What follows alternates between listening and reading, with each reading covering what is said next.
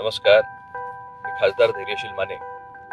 माझ्या लोकसभा मतदारसंघातील आज शिराळा तालुक्यामध्ये आपली सफर होती.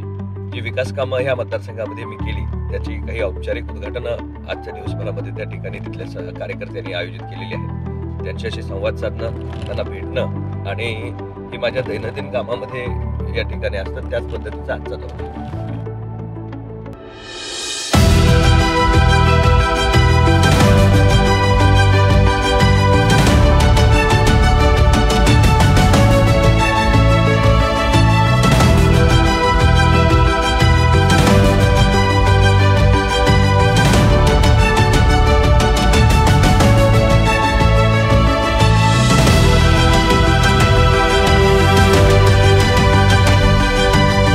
माझ्या आजोबांच्या बरोबरचे दौरे सुद्धा आठवतात. हे माझे आजोबा 5वेचे जिल्हा परिषदेचे, एकदा जिल्हा परिषदेचे उपाध्यक्ष, परत त्याच्यानंतर अध्यक्ष, ग्रामपंचायतीच्या सदस्यापासून ते लोकसभेच्या संसदीय सदस्यापर्यंत त्यांनी आपला राजकीय प्रवास केला होता. आणि आपल्याला सांगायला आनंद वाटेल की अतिशय प्रतिकूल परिस्थितीमधून मानेसाहेबांनी आपला राजकीय आणि सामाजिक प्रवास त्या ठिकाणी सुरू केला. वाड्या वस्त्यांपर्यंत पोहोचताना बऱ्याच वेळा चालत त्या ठिकाणी जायच्या आणि महिलांशी थेट संवाद साधायच्या, शिवारावर जायच्या, त्यांच्याशी बोलायच्या. आणि एक महिला असल्यामुळे अगदी चुलीपर्यंत जाण्याचा त्यांचा एक स्वभाव होता. निश्चितच त्याचाही एक वेगळा अनुभव मला या ठिकाणी आला, कारण त्यांच्याकडे पाहत असताना लोक नेता नाही तर आपल्या घरातली कोणतरी व्यक्ती आहे आणि आपली आपुलकीनं या ठिकाणी माहिती घेते किंवा त्याच्यातनं प्रश्न सोडवण्याचा प्रयत्न करते. एक अशा पद्धतीचं मातृत्वाची भावना त्या ठिकाणी लोकांच्या मध्ये असायची. स्कूलमध्ये असताना मी सेंट झेवियर्सलाही होतो आणि छत्रपती शाहू विद्यालय म्हणून आमचं एक नामांकित विद्यालय आहे, तिथे या ठिकाणी माझं शिक्षण, शालेय शिक्षण झालं. आणि ते करत असताना स्कूलमध्ये स्पोर्ट्सची आवड निर्माण झाली. स्पोर्ट्ससाठी म्हणून मी फुटबॉल नॅशनलपर्यंत खेळलो आणि स्पोर्ट्स आणि अदर अलाइड ॲक्टिव्हिटीजमध्ये मी बऱ्यापैकी त्या ठिकाणी ॲक्टिव्ह असायचो. स्कूलने मला त्यावेळी हाऊस लिडरही एका ग्रुपचं केलं होतं. त्याच्यामुळं राजकीय नसेना पण त्यावेळीच्या काळामध्ये लिडरशिप डेव्हलप होण्याच्या दृष्टिकोनातून शालेय जीवनापासूनच काही गोष्टी या ठिकाणी माझ्यासमोर येत गेल्या. स्पीच कसं द्यावं, बोलावं हे मला काहीच कळत नव्हतं, कारण स्टेज डेअरिंग येणं पहिल्याच लहानपणामध्ये हे मुलांसाठी फार महत्त्वाचं असतं. आत्ताची मुलं फार कॉन्फिडंट आहेत, त्यांना कुठल्याही प्रश्नावर कधीही तुम्ही या ठिकाणी उभं केलं, मग ते स्टेजवर असो किंवा ऑफ स्टेज असू दे. स्टेज डेअरिंग हा शब्द आमच्यासाठी फार महत्त्वाचा होता, कारण इतक्या मुलांच्या मध्ये उभं राहणं, बोलणं आणि एखादं कोणतरी हसलं की मग आपला कॉन्फिडन्स एकदम फस होऊन जायचा. त्यामुळे त्या काळामध्ये आम्ही पहिल्यांदा इंग्रजीमधलं स्पीच द्यायला, स्टेजवर उभं राहायला त्या शाळेनं मला या ठिकाणी प्रोत्साहित केलं. आणि निश्चितच ॲप्रिसिएशन ज्यावेळी होतं त्यावेळी तुमचाही कॉन्फिडन्स बूस्ट होत राहतो. आणि बऱ्याच वेळा राजकीय घरामध्ये चर्चा होत असतात त्यावेळी तुमच्या अनेक गोष्टी कानावर पडत असतात. न कळत तुमच्या बॅक ऑफ दी माइंड हे सगळं या ठिकाणी एम्बाईब होत राहतं. आणि ज्यावेळी मी बोलायला सुरुवात केलं तर माझ्या एक लक्षात आलं की लोक ॲप्रिशिएट करतात. आणि मानेसाहेब खूप चांगले वक्ते होते, माझे आजोबा फार सुंदर वक्ते होते. ते बोलायला उभं राहिले की तासन तास लोक त्या ठिकाणी त्यांना ऐकायला यायची. मोठ्या मोठ्या सभा मानेसाहेबांच्या विचारानं मंत्रमुग्ध होऊन जायच्या. आणि नॅचरली माझ्याकडं ते पिढीजात आलं हे मला या ठिकाणी लक्षात आलं नव्हतं, पण मी लोकांशी बोलण्यामध्ये जास्ती वेळ घालवतो. त्याचा कदाचित फायदा आजही होतो की लोकांच्या मध्ये मी बोलत राहताना त्यांच्याकडनं समजून घेतो आणि मग त्यांचे व्यथा, त्यांचे प्रश्न त्यांच्या भाषेत मांडण्याचा प्रयत्न करतो.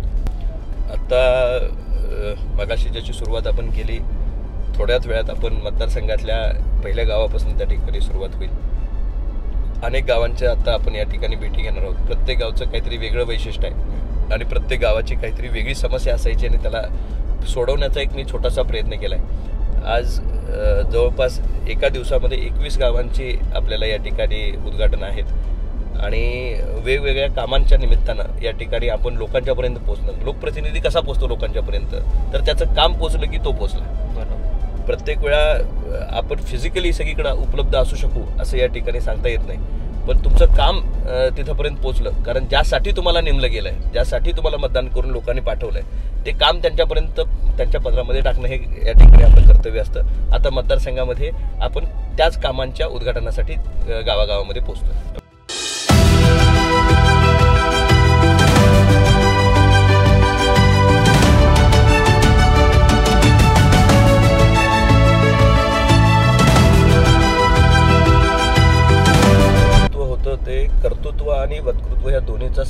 समागम झाला की मग एखादं नेतृत्व एस्टॅब्लिश होतं. एखादा चांगला काम करणारा माणूस असतो पण तो बोलायला कमी पडतो, आणि एखादा काम करणारा नसतो पण तो जास्त बोलतच राहतो. असे दोन्ही माणसं आपण या ठिकाणी समाजामध्ये पाहत असतो. ज्यावेळी मी राजकारणाचा निर्णय घेतला की मी राजकीय व्यवस्थेमध्ये जाईल, त्यावेळी कुटुंबात राजकारण आहे म्हणून मी राजकारणात आलो नाही, तर मला स्वतःला आवड निर्माण झाली. ज्यावेळी मी हे सगळं पाहायला लागलो, बघायला लागलो, आणि ज्यावेळी मानेसाहेबांच्याबद्दल लोकांच्याकडनं ऐकायला लागलो, किती लोकांच्या आयुष्याला माझ्या आजोबांनी स्पर्श केला आहे आणि त्याच्यामुळे त्यांच्या आयुष्यामध्ये आमूलाग्र बदल कसा आला आहे हे जवळून ऐकण्याचं आणि पाहण्याचं, आणि त्यांच्या डोळ्यातलं जे प्रेम मानेसाहेबांच्याबद्दल दिसायचं. आपल्या घरात एखाद्या माणसानं आपल्यासाठी काहीतरी केलेल्याची जी भावना असते ते समाधान मला त्या ठिकाणी जाणवायचं. आणि माझं राजकीय आयुष्य दिसताना जे दिसतंय याच्यापेक्षा मी ग्रामपंचायत सदस्य होतो, जिल्हा परिषदेचा सदस्य एकदा होतो, जिल्हा परिषदेचा उपाध्यक्ष झालो, दुसऱ्यांदा निवडून आलो, जिल्हा परिषदेचा विरोधी पक्षनेता झालो, आणि तदनंतर मग लोकसभेची निवडणूक लढवली आणि मग मी खासदार म्हणून त्या ठिकाणी काम करू लागलो.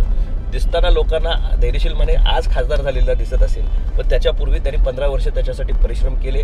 सामान्य माणूस कसा काम करतो त्याची जाणीव ठेवून या ठिकाणी लोकसभेमध्ये, संसदीय लोकशाहीमध्ये तिथपर्यंत जाऊन तितक्याच जबाबदारीनं आपल्या मतदारसंघाचे प्रश्न मांडण्याचा आणि सोडवण्याचा प्रामाणिक प्रयत्न करतो. आज फेस टू फेस भेटणं आणि फेसबुकवर भेटणं यामधला जो फरक आहे, सोशल मीडिया हा मीडिया आहे पण हा सोशल एलिमेंट नाही आहे. ट्रू सोशल एलिमेंट ती माणसं काम करत राहिली, ती आयुष्यभर सोशल लाईफ जगत राहिली आणि त्या सोशल लाईफच्या जीवावर समाजकारण आणि राजकारण करत राहिली. त्याचं एक मूर्तिमंत उदाहरण माझे आजोबा असल्यामुळे एक कुटुंबवत्सल माणूस ते एक धुरंधर राजकारणी असा त्यांचा जो विलक्षण प्रवास होता त्याचा साक्षीदार होण्याचा एक त्यांच्या घरातला कुटुंबाचा सदस्य म्हणून मला या ठिकाणी जवळनं पाहण्याचा योग आला. टुरिझम ॲस्पेक्टनं हा तालुका अत्यंत खूप सुंदर निसर्गानं नटलेला आणि वरदान असलेला तालुका आहे. निश्चितच त्या नैसर्गिक संपदेचा आपल्याला टुरिझम पर्स्पेक्टिव्हनी कशा पद्धतीनं फायदा घेता येईल, त्याचबरोबर एक मोठी हेरिटेज परंपरा या निमित्तानं त्या डोंगराळ भागाला लाभली. शिवाजी महाराजांचा संघर्षपूर्ण इतिहास त्या डोंगर रांगांमध्ये लपलेला आहे आणि तो उजागर करत असताना सामान्य येणाऱ्या तरुणांना त्याच्यातनं स्फुरण घेण्यासाठी म्हणून सुद्धा काय करता येईल. त्याचबरोबर एक पिलग्रिमेजचं सुद्धा आमचं सर्किट ह्या मतदारसंघामध्ये आहे. ज्योतिबा आमच्या मतदारसंघामध्ये आहे, दत्त महाराजांचं देवस्थान आमच्या मतदारसंघामध्ये आहे, तिकडे आलमप्रभूंचं या ठिकाणी आहे. वेगवेगळ्या पद्धतीचं मंदिरं किंवा ऐतिहासिक देवस्थानं या मतदारसंघामध्ये त्या ठिकाणी आहे. 11 मारुतीपैकी काही मारुती या मतदारसंघामध्ये या ठिकाणी आहेत. निश्चितच आमचा प्रयत्न हा आहे की वेगवेगळ्या ॲस्पेक्ट्सनी हा मतदारसंघ या ठिकाणी हे केलं आहे. टेक्स्टाईलची मोठी इंडस्ट्री या ठिकाणी इचलकरंजीच्या निमित्तानं तिथं आहे. शुगर केनची मोठी इंडस्ट्री सहकार तत्वावरची या ठिकाणी आहे. आणि त्याचबरोबर पलीकडं जर आपण बघितलं तर चांदीचा सुद्धा उद्योग मोठ्या प्रमाणात हुपरीसारख्या ठिकाणी त्या ठिकाणी आहे. बऱ्याच गावांमध्ये छोटे छोटे फळ विक्रेत्यांच्यापासून ते पेरू आमच्याकडे या ठिकाणी शिरोळ तालुक्यामधल्या काही गावांमध्ये कोथळी वगैरे इथं फार चांगल्या पद्धतीचा होतो. तिथं त्याच्या पद्धतीचं पूर्वीचा फार फेमस असणारा या ठिकाणी आहेत. पेढे आमच्याकडे खूप चांगल्या पद्धतीनं वाडी आणि पंचकृषीच्या परिसरामध्ये, कुरुंदवाडला या परिसरामध्ये त्या ठिकाणी होतात. वेगवेगळी वैशिष्ट्य ह्या मतदारसंघाची USPs या ठिकाणी आहेत. आणि त्याचबरोबर हा सेंट्रली प्लेस्ड, म्हणजे जर कोल्हापूर जिल्हा दर डोई उत्पन्नामध्ये एक काळ मोठ्या प्रमाणात या ठिकाणी पुढं होता आणि पंजाबमधलं मला आता तो डिस्ट्रिक्ट आठवत नाही, पण त्याच्यानंतरचा 2 नंबरचा दरडोई उत्पन्नामध्ये कोल्हापूर जिल्हा होता. हा जर सदन जिल्हा असे आपण असं मानलं पाहिजे तर त्यातला पाण्याने निसर्गाने संपन्न असणारे तालुके या ठिकाणी आपण बघितलं. राधानगरी, भुदरगड इथं पाऊस पडतो, पण पाण्याचा सगळ्यात जास्त फायदा कुठं होत असेल तर तो शिरोळ, हातकणंगले या सगळ्या परिसरामध्ये होतो, कारण 12 नदी वाहते. आणि त्याचबरोबर लिफ्ट इरिगेशन संस्था इथं मोठ्या प्रमाणात या ठिकाणी झाल्या आणि सुपीक जमिनी असल्यामुळे इथं आता एक त्या काळापासून, पूर्वीच्या काळापासून या ठिकाणी एक वेगळ्या पद्धतीची क्रांती तयार झाली आणि सहकाराचं जाळं इतकं सुंदर विणलं गेलं की ज्याच्या माध्यमातून एक कॉपरेटिव्ह मुवमेंटचं जे यश आहे ते आपल्याला त्यामध्ये रिफ्लेक्ट झालेलं या ठिकाणी दिसतं. त्याच्यामुळे आज तिथला माणूस जर कोल्हापूर जिल्हा सर्वात सदन असेल तर त्यातला शिरोळ हातकणंगले हा सर्वात सदन भाग या ठिकाणी आहे. पण त्याचबरोबर एक काळ तो इतका सदन होता, पण त्यानंतर आता पिढी वाढत गेली.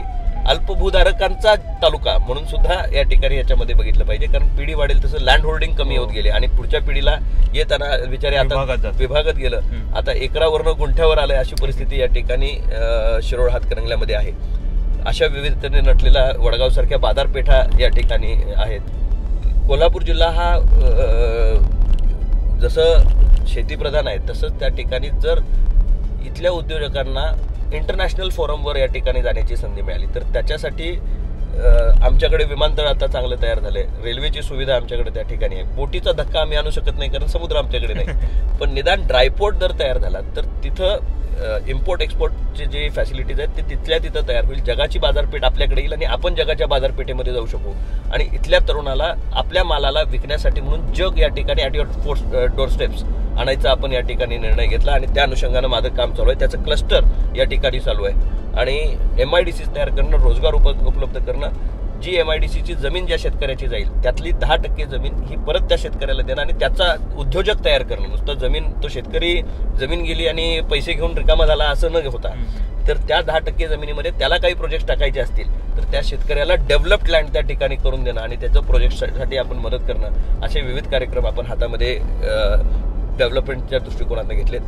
नॅशनल हायवेज काही माझ्या मतदारसंघामध्ये जे पूर्वी कधीच नव्हते त्याचं कामही आता सुरू आहे. रत्नागिरीतनं येणारा रस्ता आपण आंब्यापासनं तो आता चोकापर्यंत येऊन पोहोचलाय. पूर्वी राज्याकडे असणारा सांगली कोल्हापूर असणारा रस्ता हा आपण नॅशनल हायवेमध्ये या ठिकाणी घातलाय. याच्या निमित्तानं माझा मतदारसंघ हा राष्ट्रीय नकाशावर कशा पद्धतीने येईल, इन्फ्रास्ट्रक्चर डेव्हलपमेंट झालं की नवीन बिझनेसेस यायला त्यामध्ये या ठिकाणी मदत होते, आजूबाजूला उद्योग त्या ठिकाणी यायला सुरुवात होते आणि दळणवळणाच्या निमित्तानं आपण फास्ट कनेक्टिव्हिटी या ठिकाणी देऊ शकलो. रेल्वेज, एअरपोर्ट, ड्रायपोर्ट आणि तुम्ही दिलेले मल्टी लेवल लॉजिस्टिक्स पार्क अशा पद्धतीनं जर एक इकोसिस्टम तयार झाली तर येणाऱ्या उद्योजकाला आपण एक वेगळ्या पद्धतीचं दालन उभा करून देतो आणि नवीन तरुणाला कामासाठी एक नवीन, आज जी पुण्या मुंबईला मुलं जातात त्याच्यापेक्षा आपल्या गावात जवळच अशा पद्धतीच्या याच्या ऍक्टिव्हिटीजमध्ये जर इन्व्हॉल्व्ह झाली तर एक इकोसिस्टम, तुम्ही कुठलाही व्यवसाय चालू करायचा झाला तर त्याच्यासाठी ग्राउंड तयार करणं हे आता आज या ठिकाणी त्याची कामं सुरू आहेत. त्याची उद्घाटनं सुद्धा पूर्ण होणार नाहीत एवढ्या कमी वेळेमध्ये, इतकी कामं प्रत्येक गावामध्ये त्या ठिकाणी दिले. याच्यापूर्वी लोकसभेला कधीही शिवसेनेचा खासदार ह्या पश्चिम महाराष्ट्रातनं कोल्हापूर जिल्ह्यातनं त्या ठिकाणी झाला. ही पहिलीच वेळ आहे की खासदारकीला बाळासाहेब ठाकरे साहेबांचं स्वप्न या निमित्तानं या ठिकाणी पूर्णत्वास गेलं. याच्यामध्ये शिवसैनिकांची फार मोठी ताकद आमच्या पाठीशी राहिली, पण त्याचबरोबर ह्या परिसरामध्ये आमचं असणारं काम सुद्धा त्याचं आज उपयोगाला या ठिकाणी आलं, नेटवर्क उपयोगाला आलं आणि एकमेकाच्या साथीनं आम्ही ही लढाई BJPची असणारी त्यावेळीची सगळी टीम महायुतीच्या निमित्तानं आमच्याबरोबर त्या ठिकाणी राहिली आणि एक चांगल्या पद्धतीचा विजय आम्ही या ठिकाणी खेचून आणू शकलो. नवीन शिवसेना ही नवीन डेव्हलपमेंट आहे. म्हणजे मी मूळ शिवसेनेचा ह्याच्यातनं मुशीतनं तयार झालेला कार्यकर्ता नाही, पण मी दोन्ही शिवसेना पाहण्याचा योग मला या ठिकाणी आला आणि बाळासाहेबांच्यावर प्रेरित मी लहानपणापासून होतो. माझ्या आजोबांचं नाव बाळासाहेब माने आणि बाळासाहेब ठाकरे ह्या दोघांचाही पगडा या माझ्या विचारावर निश्चितपणे या ठिकाणी, कारण एक स्वाभिमानी विचारी या दोन्ही बाळासाहेबांचा मी जवळनं या ठिकाणी ऐकत आणि पाहत मोठा झालो. शिवसेना ही भावनेवर आधारित पार्टी आहे. मी अनेक पक्षांचा अनुभव घेतला, पण शिवसेना इतका भावनिक कार्यकर्ता मी कुठल्याही पक्षामध्ये पाहिलेला नाही. बाळासाहेबांच्यावर निशांत प्रेम करणारा, विचारावर नितांत प्रेम करणारा, आपलं सर्वस्व ह्या पक्षासाठी अर्पण करणारा कार्यकर्ता मी याच्यामध्ये पाहिला. त्याच्याकडे काही जरी या ठिकाणी 2 वेळेचं खायला जरी नसेल तरी सुद्धा तो पदरमोड करून इतरांच्यासाठी धडपडणारा कार्यकर्ता ह्या पक्षाचं हे खऱ्या अर्थानं फार मोठं वैभव आहे. आणि एकनाथ शिंदे साहेब त्या मुशीतनं तयार झालेला कार्यकर्ता आहे. म्हणजे एकनाथ शिंदे साहेबांच्या वडलोपार्जित काही आलंय असं नाही, पण एखाद्या कार्यकर्त्याकडे गट्स असतात, तो काम करत राहतो आणि तुम्ही एखादा झेंडा हातामध्ये घेता पण तो झेंडा तळागाळापर्यंत प्रामाणिकपणे कसं पोहोचवता याच्यावर त्या पक्षाची वाढ या ठिकाणी अवलंबून असते. शिवसेना हा एक विचार आहे आणि तो विचार बाळासाहेबांचा विचार आहे. तो बाळासाहेबांचा विचाराचा धागा शेवटच्या माणसापर्यंत अनेक शिवसैनिकांनी महाराष्ट्रभर विणला आणि त्यातनं हे कार्यकर्त्यांचं जाळं आणि मोहळ तयार झालं. ही जे तयार झालेलं जाळं आहे हे आयुष्यभरातली मिळवलेली बाळासाहेबांची पुंजी आहे. शिवाजी महाराज हे संपूर्ण राज्याचं, देशाचं आणि हिंदू जनमानसाचं एक खऱ्या अर्थानं सामान्य माणसामध्ये स्फुरण आणणारं नेतृत्व आहे. महाराजांचा इतिहास आणि सामाजिक प्रवास या ठिकाणी जर पाहिला तर त्याचा अंश प्रत्येक वेळी या ठिकाणी दिसतो. मी ज्यावेळी शिवछत्रपतींचा विचार करतो त्यावेळी ते 18 पगड जाती आणि 12 बलुतेदारांना बरोबर घेऊन जाणारं आणि सर्वसामान्यांचं स्वराज्य निर्माण करणार. स्वराज्य हे त्यांनी स्वतःसाठी निर्माण केलं नव्हतं, तर सर्व असणाऱ्या सवंगड्यांच्या समोर, मग तो कुठल्याही जाती धर्माचा असेल, त्या जाती धर्माच्या लोकांना बरोबर घेऊन त्या ठिकाणी केलं होतं.